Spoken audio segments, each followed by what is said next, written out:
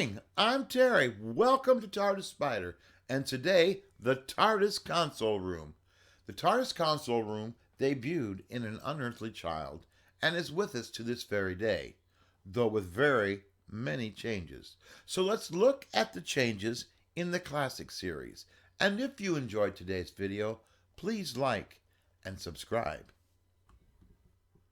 Using our imaginations, let's go back to 1963, when 14 minutes into a mysterious but quite earthbound contemporary drama, Barbara and Ian open the doors of what appears to be an ordinary police box and enter into a vast control room.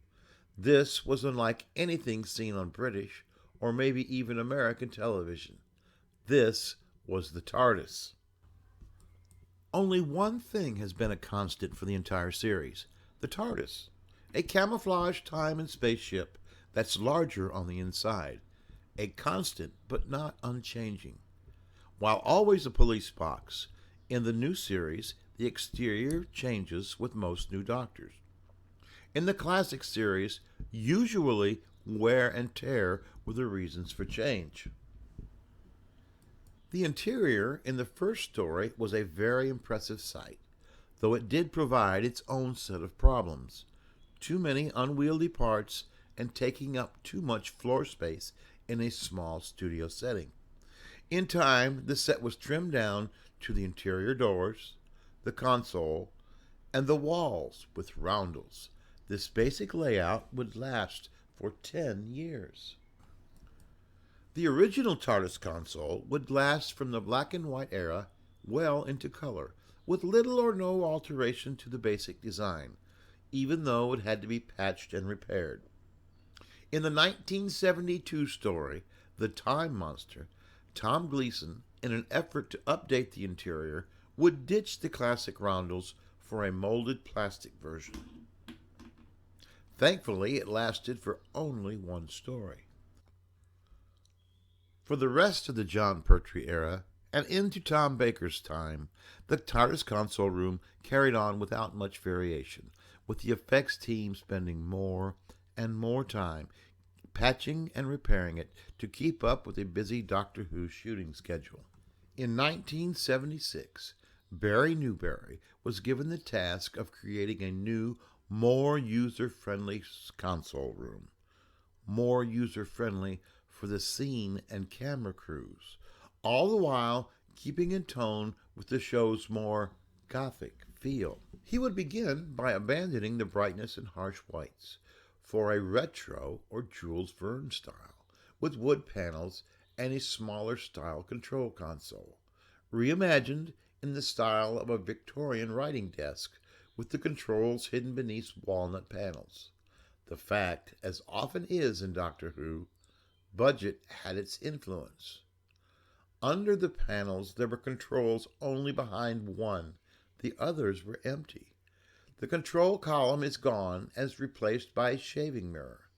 This control room was a perfect fit for the Fourth Doctor, lasting for all of the 14th season, only for nature or humidity to take over. The walls became warped while in storage, so Graham Williams' new era would begin with another new console room. The new console room debuts in The Invisible Enemy. It's a smaller version of the original. Returning would be a refurbished center console, last seen 2 years ago in the Pyramids of Mars. This console would last through Tom Baker and into the Peter Davison era. The 20th anniversary was the opportunity visual effects designer Mike Kelt needed to persuade John Nathan Turner to rebuild the center console. This would be the last console of the classic era. It was unveiled to the public in The Five Doctors. It was quite state-of-the-art for 1983, built around an aluminum frame with separate fiberglass panels.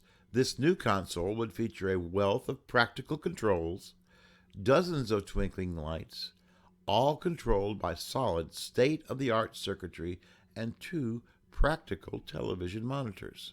Long overdue, the console room would remain unchanged until the end of the classic series.